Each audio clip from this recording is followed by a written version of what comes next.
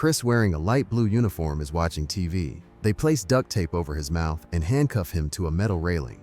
By prearranged plan, Bob contacts Bart and Phil, who are waiting in a truck outside the building. Bart unlocks the interior truck bay door. Bart and Phil drive their vehicle into the truck bay inside the building. Dan, an electronics expert, disengages the alarms, hurries them all into the money room, and while maintaining complete silence, points to the millions of dollars in cash stored in bags on wooden pallets and in sacks strewn around the room. Holy shit, you weren't kidding. It's like we raided the friggin' US Mint. This is unbelievable.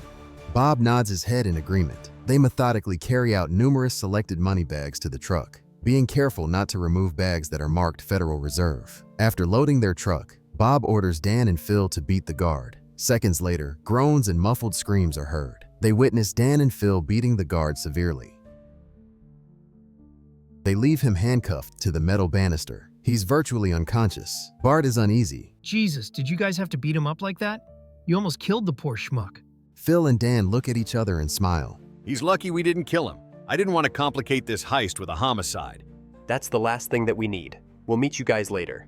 They drive away. Bob and Bart take a different route out of the area. Inside David and Noreen Warner's Miami apartment at night. David Warner is watching TV. His wife Noreen Warner is sitting next to him. She sees a familiar face on the news. Oh my God. Daddy. David misunderstands for the moment. She points to the screen. Holy God, isn't that your father? They see Noreen's father's picture on the screen. And got away with a mind-boggling $11.4 million. This in the biggest payroll heist ever. Now authorities say that may have been just for starters. I have to call home. Turn it up. Wait, Nor. Hold off the call for a minute. I want to explain something to you first. There's no dial tone. I just wanted an uninterrupted evening with you. I do too, but not now. My father's company has been robbed. My mom is probably worried sick. God help my mother. Noreen dials again. The line is apparently busy. He takes the phone from her. Let me try. You've done enough. I'll call home in the morning. They get into bed. The phone rings. Noreen answers it. Mom, I've been trying to reach you. I saw Dad on television. What happened? His business was robbed.